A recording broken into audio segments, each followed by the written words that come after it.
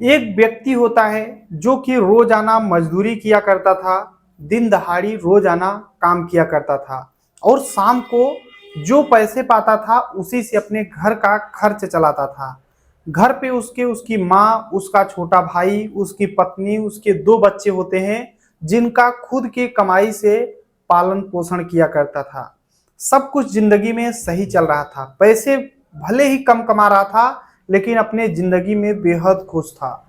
लेकिन उसके साथ एक दिन कुछ ऐसा होता है कि जितने लोग सुनते हैं वाकई में सोचने के लिए मजबूर हो जाते हैं कि कोई भी इंसान हो, आप खुद सोचोगे कि कोई भी इंसान हो कम से कम ऐसा तो उसके साथ नहीं होना चाहिए। क्या हुआ था उस व्यक्ति के साथ, पूरी कहानी इस वीडियो में बात करने वाला हूं। बस लास्ट तक बने रहो, देखते रहो। नमस्कार दोस्तों, मैं विजय शंकर पाल। इस वीडियो को लाइक करना, चैनल को सब्सक्राइब करना। रोजाना शाम को 7 बजे हमारी एक नई वीडियो आती है, तो चैनल को सब्सक्राइब करके बेल आइकन को जरूर दबा लेना। बाकी आप लोग कहां से हमारी वीडियो देखते हैं कमेंट जरूर किया करिए। नेक्स्ट वीडियो में आप सभी का नाम जरूर लूंगा। तो चलिए स्टार्ट करता हूं। आज की जो सच्ची घटना सुनाने जा रहा हूं यह है उत्तर प्रदेश में कानपुर देहात एक जिला लगता है। यहीं पर मंगलपुर एक थाना लगता है। इसी थाने के अंतर्गत मनकपुर मनकापुर एक गांव लगता है। इसी गांव के अंतर्गत रहने वाला एक व्यक्ति जिसका नाम गुरबचन सिंह होता है, जिसके पिता इसके बचपन में ही इस दुनिया को छोड़कर चले गए थे। घर में माँ जिसका नाम रानी होता है, उसका एक छोटा भाई राजकुमार होता है। गुरबचन सिंह बचपन से ही उसके पिता इस दुनिया को छोड़कर चले गए थे, तो माँ जो थी रानी, वो दूसरों के यहाँ मजदूरी किया करती थी, दिन भर काम करती थी, तो अपने 2 बच्चों का पेट का पालन पोषण किया करती थी, यानी गुरबचन सिंह और जो राजकुमार होता है। लेकिन जैसे ही राजकुमार थोड़ा बड़ा होता है, ज्यादा पढ़ा लिखा नहीं होता है, ऐसे ही प्राइमरी स्कूल में कहीं पर पढ़ता था, तो जैसे ही बड़ा होता है खुद जिम्मेदारियां संभालने लगता है। उसकी माँ घर पे रहती, गुरबचन सिंह कमा कर लाता, तो अपने छोटे भाई राजकुमार और अपनी माँ रानी के लिए भोजन की व्यवस्था किया करता था। धीरे धीरे जब समय बीतता है, गुरबचन सिंह शादी के लायक हो जाता है, तो उसकी माँ, गुरबचन सिंह की माँ जो है रानी, वो सोचती है कि क्योंकि उसी के ऊपर पूरी जिम्मेदारियां होती हैं, तो सोचती है क्यों ना अपने बेटे गुरबचन सिंह की शादी कहीं पर कर दें। तभी उसके यहाँ और जो रिश्तेदार थे शादी की जब चर्चाएं करते हैं, तो रानी भी तैयार हो जाती है। आखिरकार बगल के ही गांव में पूजा नाम की एक लड़की होती है जो कि देखने में खूबसूरत होती है, वो भी गुरबचन सिंह के लायक होती है, तो शादी सेट हो जाती है। आखिरकार पूजा जो है दुल्हन बन करके गुरबचन सिंह के घर पे आ जाती है। अब गुरबचन के पास जिम्मेदारियां बढ़ चुकी थी, अब पत्नी हो चुकी थी और एक भाई एक माँ। फिर भी ये मजदूरी किया करता, घर का खर्च चलाता। लेकिन थोड़ा और जब टाइम बीतता है, तो गुरबचन सिंह के घर में एक किलकारी गूंजती है और एक बेटी जन्म लेती है। उस बेटी का नाम छाया रखा जाता है। अब धीरे धीरे टाइम बीतता है। अब इन खुशियों में 4 चांद लग जाता है जब गुरबचन सिंह के एक बेटा पैदा हो जाता है जिसका नाम अमन रखा जाता है। अब गुरबचन के ऊपर जिम्मेदारियां डबल हो चुकी थी, एक बेटी एक बेटा हो चुके थे और माँ भाई राजकुमार। राजकुमार पढ़ाई लिखाई किया करता था। अब जैसे ही थोड़ा और टाइम बीतता है, सब कुछ जिंदगी में सही चल रहा था। गुरबचन सिंह अपना मौज मस्ती से मेहनत किया करता था और अपने पत्नी के साथ खुश रहता, अपने भाई और माँ के साथ, सभी के साथ खुश रहता। जिंदगी में खुशियां ही खुशियां थी। तभी 26 जुलाई 2024 की बात होती है। गुरबचन सिंह जो है अपने घर पे बोलता है कि मैं एक जगह जा रहा हूँ और शाम तक आ जाऊंगा। लेकिन शाम को जब वापस नहीं आता है, तो पूजा सोचती है कि आखिर मेरे पति घर पे आए क्यों नहीं। वो फोन लगाती है तो फोन नहीं लगता है। अब वो सोचती है कि आखिर क्यों नहीं आए। जैसे ही सुबह होता है, पूजा के मोबाइल पर एक फोन बजता है और बोला जाता है कि क्या गुरबचन सिंह आपका ही पति है। तो पूजा बोलती है हाँ जी मेरा पति है। तभी उसे बताया जाता है कि गुरबचन सिंह जो है इस दुनिया को छोड़कर जा चुका है। उसे एक्सीडेंट हो चुका है, उसकी बाइक उसके ऊपर गिरी पड़ी है। और जैसे ही पूजा ये सुनती है, रोने लगती है, क्योंकि घर में कमाने वाला इकलौता गुरबचन सिंह होता है। अब पूजा रोने लगती है। रोते हुए जब अपनी सासू और अपने देवर से बताती है तो सभी रोते हुए वहां पर पहुंचते हैं जहां पर बताया जाता है। आखिरकार वहां पर ऑलरेडी मतलब सैकड़ों की संख्या में लोग इकट्ठा थे। पुलिस अधिकारी जो थे, सीओ साहब थे, शिव ठाकुर, वो भी वहां पर मौजूद थे। और जैसे ही पूजा पहुंचती है, रो रो करके बुरा हाल होता है। आखिरकार पुलिस वाले जो हैं अब जांच पड़ताल करने लगते हैं। उसकी जो लॉस है उसे पोस्टमार्टम के लिए भेज दिया जाता है। और अब पुलिस पता करने लगती है कि आखिर ये सब हुआ कैसे। तो ये चीज था कि एक्सीडेंट्स हुआ है, फिर भी पोस्टमार्टम के लिए जब पुलिस ले जाती है, अब वहां से लॉस आती है। पोस्टमार्टम के बाद उसका अंतिम संस्कार होता है। घर में दुख का माहौल था। लेकिन जैसे ही पोस्टमार्टम का रिपोर्ट आ जाता है, पुलिस अधिकारी जो होते हैं वो चौंक जाते हैं। वो देखते हैं कि उसमें एक्सीडेंट नहीं हुआ है। जो पोस्टमार्टम रिपोर्ट आया है उसमें एक्सीडेंट नहीं हुआ है। उसमें ये है कि जो गुरबचन सिंह है उसे उसकी गले की जो हड्डी है वो टूटी हुई है और कोई गला उसका दबा दिया है। इसकी वजह से इस दुनिया को छोड़कर चला गया। अब ये चीज तो स्पष्ट हो जाता है कि गुरबचन सिंह एक्सीडेंट नहीं हुआ था, बल्कि किसी ने उस दुनिया से उसको हटाया था। अब पुलिस अलग अलग एंगल से जांच करने लगती है, पता करने लगती है कि आखिर कौन है जो गुरबचन सिंह को इस दुनिया से हटाया। अब जब जांच करने लगती है तो कुछ भी क्लू सामने नहीं आ रहा था। पूजा से पूछताछ किया जाता है, गुरबचन सिंह की पत्नी से, कि क्या आपको किसी के ऊपर डाउट है। तो पूजा बोलती है कि साहब ये तो सिर्फ मजदूरी करते थे, दूसरों का काम और अपना घर का खर्च चलाते थे, पता नहीं कैसे क्या हुआ। पुलिस अलग एंगल से जांच कर रही थी लेकिन कुछ भी समझ में नहीं आ रहा था।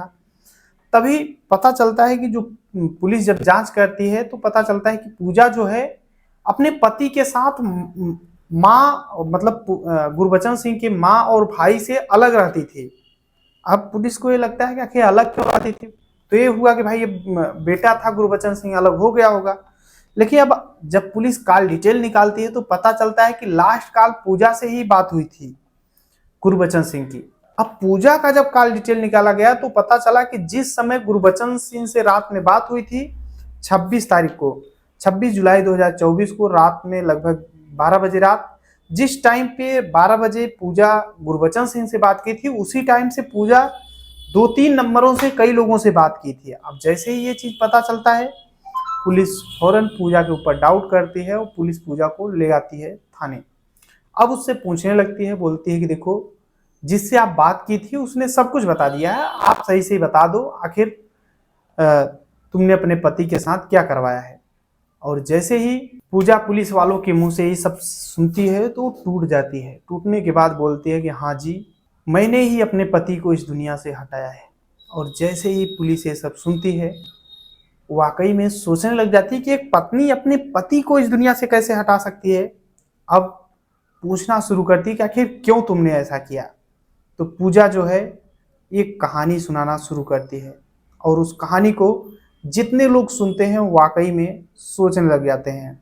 पूजा बताती है कि जैसे वो अपने ससुराल आई थी, अपने पति के साथ खुश थी, तभी एक बेटी और एक बेटा जन्म लेते हैं। उसके बाद गुरबचन सिंह बाकायदे मेहनत करता, खुश रहता था जिंदगी में। अपने बच्चों को सोचा था कि मैं पढ़ाऊँ लिखाऊंगा अच्छे से और उन्हें आगे बढ़ाऊंगा। लेकिन अब क्या था, जो पत्नी थी पूजा, ये अपने सासू माँ से बहुत ज़्यादा झगड़ा किया करती थी। और झगड़ा इतना बढ़ जाता है कि बोलती है कि मैं अलग रहूंगी। और फिर क्या था, गुरबचन सिंह को अपने पति को लेकर के अलग दूसरे कमरे में रहने लगती है। एक दूर कमरा होता है वहां पर लेकर रहने लगती है। और जो उसकी सासू और छोटा मतलब देवर होता है, यानी गुरबचन सिंह का जो छोटा भाई राजकुमार होता है, राजकुमार अपने माँ के साथ रहने लगता है। उसकी माँ फिर से अपना खाना बनाती है और अपने छोटे बेटे को खिलाती है। गुरबचन सिंह अपने पत्नी के साथ अलग रहने लगता है। और जैसे ही अलग रहने लगता है, अब गुरबचन सिंह दिन भर काम करने के लिए चला जाया करता था, तो पूजा अपने छोटे छोटे बच्चों के साथ घर पे रहती थी। लेकिन अब जब घर पे रहती तो उसे लगता है कि आखिर मैं करूं क्या।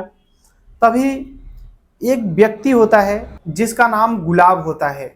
वो उसी गांव का रहने वाला होता है, मतलब घर कुछ ही दूर में होता है। और उधर से जब आता है तो गुरु पूजा को भाभी कहा करता था और बोलता है भाभी कैसे हो, क्या कर रही हो। तो पूजा भी खूबसूरत थी और हंस कर बोलती है कि हाँ बस देवर जी ऐसे ही बैठी हूँ। और फिर क्या था, गुलाब अक्सर पूजा के घर पे आता है और बातचीत किया करता था। और तभी एक दिन गुलाब आता है और पूजा से बोलता है कि भैया कहाँ पर है। तो पूजा बताती है कि आपके भैया काम पर गए हैं। तो गुलाब बोलता है कि भैया के साथ मैं रह लूँ तो क्या अच्छा नहीं रहेगा। पूजा भी हंसते हुए बोलती है कि कोई दिक्कत नहीं, हमें क्या दिक्कत होगी। और फिर क्या था, पहली बार जो गुलाब है पूजा को पकड़ करके सीधा उठाकर बिस्तर पर ले जाता है और गुलाब और पूजा में संबंध बन जाते हैं। और जब एक दिन संबंध बनता है तो फिर रुकने का नाम ही नहीं लेता है।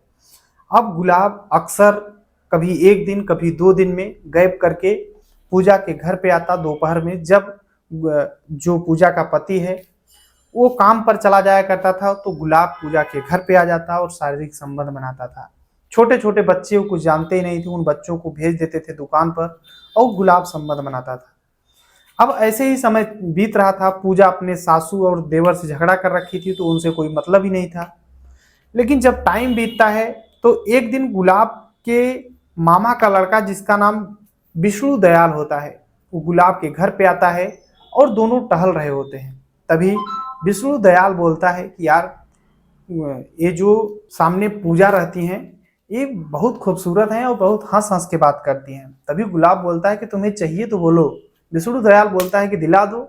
आखिरकार गुलाब अपने मामा के लड़के विष्णु दयाल को साथ में ले जाता है और पूजा से पहली बार संबंध बनवाता है।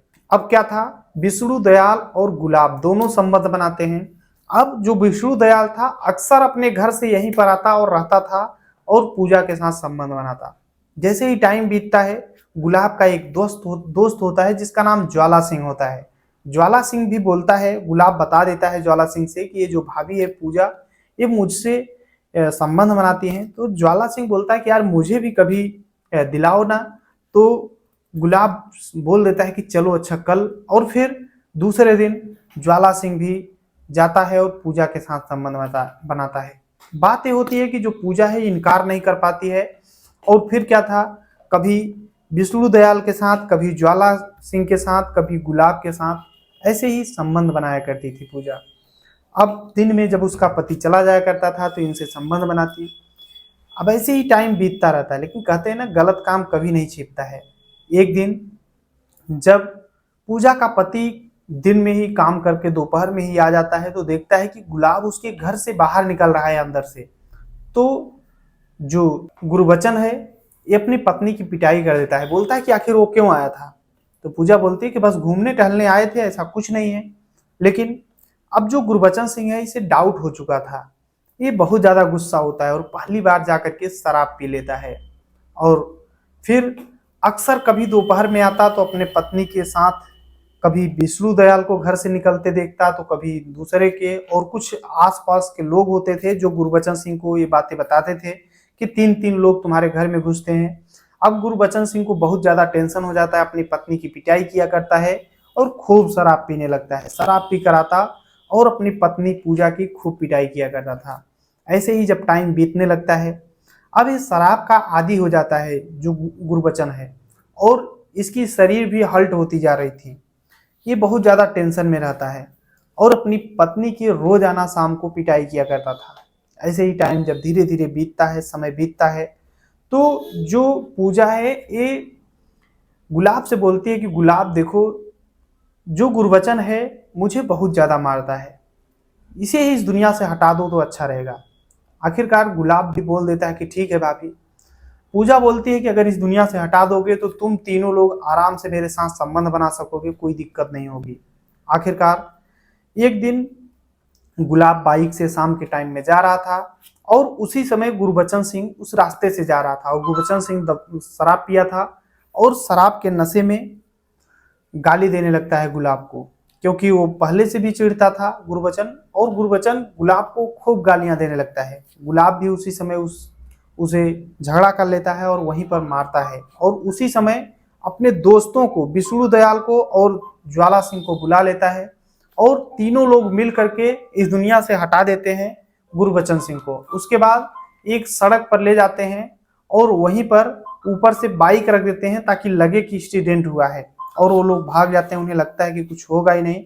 26 जुलाई की बात होती है और जैसे ही पूजा सब कुछ पूरा बयान पुलिस को बताती है, पुलिस आखिरकार विष्णु दयाल, गुलाब और ज्वाला सिंह तीनों को गिरफ्तार कर लेती है। अब विष्णु दयाल, ज्वाला सिंह और गुलाब और ये जो पूजा है, चारों पुलिस के हवाले हो चुके हैं, चारों जेल जा चुके हैं। और जो दो बच्चे हैं वो अपने दादी माँ के साथ रह रहे हैं, लेकिन उनकी भी जिंदगी अंधकार में हो चुकी है। बाकी इस पूरी कहानी में आप अपनी राय जरूर देना है। पूरी कहानी जो है सुनाने का उद्देश्य किसी को परेशान करना है, दुख पहुंचाना नहीं, बल्कि आप सभी को जागरूक करना है। जहां भी रहें अपना और अपनों का ख्याल रखें, सुरक्षित रहें। चलते हैं आज के कमेंट की ओर। तो राम जी कुमार चौधरी हैं जो कि सूरत गुजरात से रहने वाले हैं। भूरा लाल हैं जो कि उदयपुर राजस्थान से। भीकाराम जो कि जोधपुर राजस्थान से। सुनहरी लाल एटा उत्तर प्रदेश से। गंगाराम गुजरात से रहने वाले हैं। मिस्टर गोलू पंजाबी हैं जो कि लुधियाना पंजाब से रहने वाले हैं। ऋषभ सोनकर हैं प्रयागराज उत्तर प्रदेश से। नीरज पांडे उत्तर प्रदेश से। सभी को तहे दिल से शुक्रिया। मिलते हैं इस वीडियो में, तब तक के लिए जय हिंद, वंदे मातरम।